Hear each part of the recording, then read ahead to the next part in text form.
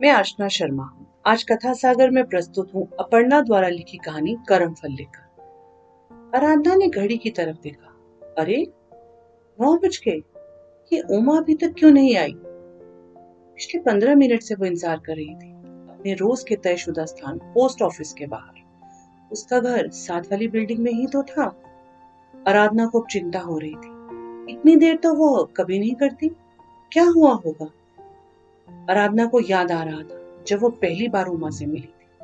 कद 5 फुट, बड़ी बड़ी आंखें, सांवले से रंग वाली साधारण सी लड़की। भैया की स्टूडेंट थी, गिटार सीखने आया करती थी। एक दिन जब वो कॉलेज से लौटी तो देखा कि उमा भैया और उसके मित्र अमित के साथ घर के बरामदे में खड़ी थी। उसे देख भैया बोले थे, लो आरू आ गई। हमेशा की तरह वो अपनी मधुर मुस्कान के साथ मिली। आरू, ये उमा है, तुम्हारे कॉलेज में ही तुम्हारी जूनियर है, तुम्ही से मिलने के लिए रुकी है। अच्छा, कभी देखा नहीं, भैया बोले। इसने अभी थोड़े दिन पहले ही आर्ट्स में ज्वाइन किया है। आरू ने पूछा, कौन से सब्जेक्ट रखे हैं उमा? वह बोली, अंग्रेजी, साइकोलॉजी और म्यूजिक। इससे पहले कि आरू कुछ और पूछती, भैया बोले, तुम दोनों कल से एक साथ कॉलेज जाया करो। ये आग्रह कम और आदेश ज्यादा था। खैर दोनों ने तय कर लिया कि कल सुबह से रोज उमा के घर के पास वाली बिल्डिंग में स्थित पोस्ट ऑफिस के बाहर मिला करेंगे। तभी पापा की आवाज से उसकी तंद्रा भंग हुई। आरू, तुम गई नहीं बेटा? पापा, उमा अभी तक नहीं आई। अरे, उसके घर जाकर दिखाओ, 9:30 होने वाले हैं। उसका तो साइकोलॉजी का प्रैक्टिकल भी है ना। जी पापा। पापा को देर हो रही थी, इसलिए वे ऑफिस के लिए निकल गए और आरू उमा के घर की सीढ़ियां उतरने लगी, अनहोनी की आशंका लिए। उसके पापा का ख्याल आ रहा था कि वे ठीक तो होंगे। उन्हें पैरालिसिस हुआ था। उनके कमर के नीचे का भाग काम नहीं करता और जुबान पर भी असर हुआ था, जिसके कारण वो स्पष्ट नहीं कह पाते थे। माँ ने भी बताया था कि उमा के पापा रामेश्वर वर्मा तुम्हारे ही कॉलेज में अंग्रेजी के प्रोफेसर थे। वहीं किसी साथी प्रोफेसर से प्रेम भी करते थे, परंतु लड़की इनकी जाति की नहीं थी, तो इनके पिता ने शादी के लिए इनकार कर दिया और अपने मित्र की बेटी सावित्री के साथ इनकी मर्जी के खिलाफ विवाह कर दिया। वह हमारे ही स्कूल में अध्यापिका थी। सब कहते हैं वर्मा को अपनी करनी का फल मिला है। इसे सावित्री पसंद नहीं थी, इसलिए एक रात अपने घर की तीसरी मंजिल से उसे धक्का दे दिया था, पर वह मरी नहीं, अपाहिज हो गई। अब उसकी कमर के नीचे का भाग और जबान काम नहीं कर रहे थे। तब उमा 6 साल की थी और छुटकी 8 महीने की। उस समय सावित्री और उसकी बच्चियों की देखभाल के लिए इनकी इस दूसरी माँ सीमा को नौकरानी बनाकर लाए थे। देखने में सुंदर थी, सो हो गए प्रोफेसर साहब मोहित, और सीमा ने उनकी कमजोरी का पूरा फायदा उठाया और एक दिन घर में घोषणा कर दी कि वो माँ बनने वाली है। पूरे घर में हड़कंप मच गया था। सावित्री इतने बरसों से सब देख रही थी। उसी के कमरे में तो सब घटित होता था। 3 साल से बिस्तर पर लाचार बेबस पड़े, आखिर उसने सीमा के माँ बनने वाली बात सुनकर एक दिन दम तोड़ दिया। घर वालों ने क्रिया निपटाने के तुरंत बाद प्रोफेसर साहब को घर से बाहर का रास्ता दिखा दिया। जैसे ही उन्होंने सीमा से विवाह किया, उन्हें पता चल गया कि उसने माँ बनने की बात पर झूठ बोला था, पर अब कुछ नहीं हो सकता था। उन्हें दोनों बच्चियां दिखाई दे रही थी। सावित्री की मृत्यु के 1 साल बाद उमा और छुटकी को नन्हे के रूप में भाई मिल गया। छुटकी को तो पता ही नहीं था कि सीमा उसकी सगी माँ नहीं है। अब सीमा के व्यवहार में भी परिवर्तन आ गया था। मन का चोर उसके व्यवहार में दिख रहा था। उमा को वो बिल्कुल पसंद नहीं करती थी। 10 साल की उमा से वो मार मार कर घर के सारे काम करवाती, क्योंकि उमा हूबहू अपनी माँ की सूरत लिए थी। तो शायद सीमा के अंदर का गिल्ट कहीं ना कहीं उसके सामने आ ही जाता था। सावित्री की मृत्यु के 2 साल बाद एक दिन अचानक कॉलेज में ही प्रोफेसर साहब बेहोश हो गए। किसी को कुछ समझ नहीं आया कि क्या हुआ। जब उन्हें होश आया तो वे उसी स्थिति में थे जिसमें सावित्री थी। अब लोगों में फुसफुसाहट हो रही थी, भाई कर्मों का फल तो यहीं भुगतना पड़ता है। उमा के हाथ के स्पर्श ने आरू को चेताया, दी कहाँ खो गई? चलो जल्दी। कहाँ रह गई थी? मुझे कितनी चिंता हो रही थी। अंकल तो ठीक है ना? उमा चहकते बोली, हाँ हाँ दी, सब ठीक है, आज मैं बहुत खुश हूँ। आरू ने उसे ऐसे चहकते हुए कम ही देखा है, तो वह भी उसे देख खुश हो गई। क्या बात है, जल्दी बताओ ना। कल शाम जब मैं और अमित मंदिर से लौट रहे थे तो रास्ते में अचानक मम्मी मिल गई।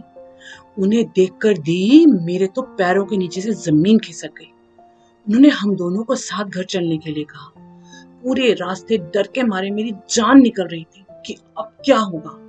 आपकी याद भी आ रही थी कि आपने कहा था मुझे समय रहते मम्मी को अमित के बारे में बता दो। कुछ समझ नहीं आ रहा था, पर घर पहुंचते ही मम्मी ने अमित से पूछा, तुम दोनों कब से इस तरह मिल रहे हो? अमित ने उत्तर दिया, साल भर से आंटी। क्या सोचा है तुमने अपने इस रिश्ते के बारे में? आंटी, लॉ पूरी हो जाए और सेटल हो जाऊं तो शादी कर लेंगे। ठीक है, मैं तुम्हारे मम्मी पापा से मिलना चाहती हूँ अमित। मैं जल्दी उनसे बात करके आपको मिलवाता हूँ। बिना किसी औपचारिकता के दोनों के बीच बातचीत हो रही थी और मैं स्तब्ध सी उनकी बातें सुन रही थी। कल ही मुझे अमित ने सूचना दी थी कि वो लॉ करने पूना जा रहा है। दी, सच कहूं तो मुझे बिल्कुल उम्मीद नहीं थी कि मम्मी मेरे लिए इतना पॉजिटिव रिएक्शन देंगी। मुझे जो देखते ही गुस्से में उबल पड़ती थी, पर सब आपकी वजह से हुआ है। जब से आप घर आने जाने लगी हैं, उनका व्यवहार बदल गया है। मेरे और पापा दोनों के प्रति आपकी तो बहुत तारीफ करती हैं। और उमा की सारी बातें तल्लीनता से सुन रही थी। वह अमित के इस व्यवहार से थोड़ी चकित भी थी, क्योंकि वह उसके चंचल स्वभाव से परिचित थी। पर उमा को उसके साथ खुश देख वह कभी कुछ बोली नहीं। एक दिन तो उसने अमित को पूछ भी लिया था, अमित, तुम अपने और उमा के रिश्ते को लेकर सीरियस तो हो ना? वो बहुत सीधी और सरल है और उसके घर की परिस्थिति से भी तुम अवगत हो। बीच मझधार में उसे नहीं छोड़ना। अरे दीदी, मैं बिल्कुल सीरियस हूँ, आप चिंता ना करें। उस समय आरू को भी लगा समय के साथ व्यक्ति में परिवर्तन भी आता है, तो उसे स्वीकार करना चाहिए। उमा की आवाज से उसकी चेतना भंग हुई। दी, फिर कहाँ खो गई? कुछ कहिए ना। हाँ उमा, मैं भी खुश हूँ। अच्छा, प्रैक्टिकल अच्छे से करना। All the best. चल मिलते हैं 3 बजे। उमा से कहकर वह अपने विभाग की ओर बढ़ गई। पिछले 2 वर्षों से ही आरू और उमा की मित्रता थी, पर दोनों में इतनी घनिष्ठता थी कि ऐसा लगता था कि दोनों जन्म से ही एक दूसरे के साथ हों। एक दूसरे को समझने के लिए उन्हें शब्दों की आवश्यकता नहीं थी। हाथों का और आंखों के स्पर्श से ही वे बातें समझ जाती।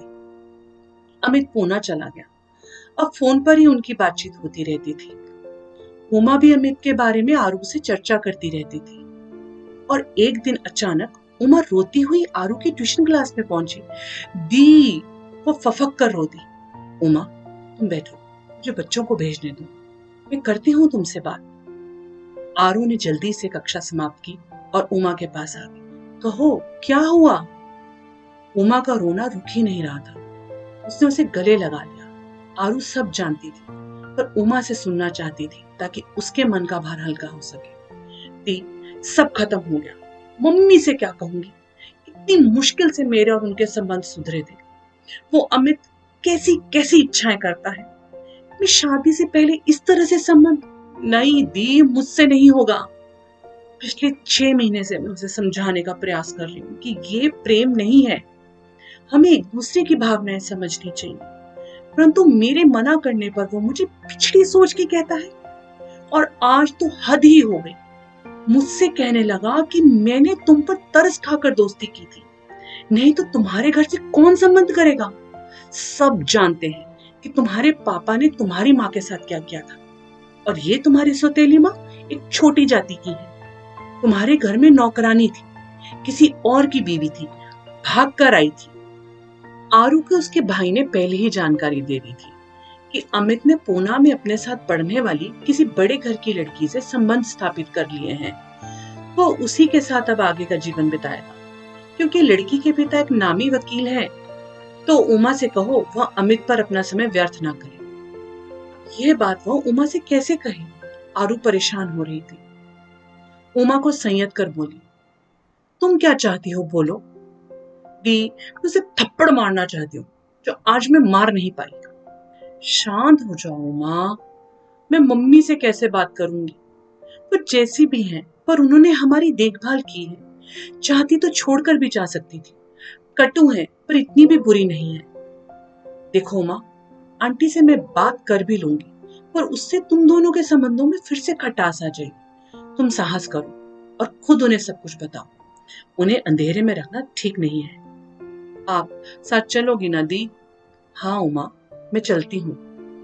आरू उमा को लेकर उसी समय उसके घर आ गई। आंटी ने एक नजर आरू के चेहरे पर डाली और दूसरी उमा के। वे सब समझ गई थी और उन्होंने उमा को गले से लगा लिया। उमा भी बिना सांस रोके सब कुछ कह गई। जब गुबार निकल गया तो दोनों ने उसका साथ दिया। तय हुआ कि अमित के पुणे वापस लौटने से पहले उससे मिला जाए। अगली सुबह आरू और आंटी ने उसका मनोबल बढ़ाया और वे अमित के घर की ओर चल दिए। पहले से ही तय था कि उमा अंदर अकेली जाएगी और अमित के दिए सारे गिफ्ट उसे लौटाएगी, क्योंकि वो उस जैसे व्यक्ति की कोई याद अपने पास नहीं रखना चाहती थी। उमा ने जब अमित के घर में प्रवेश किया तो उसके घर के सभी सदस्य मौजूद थे।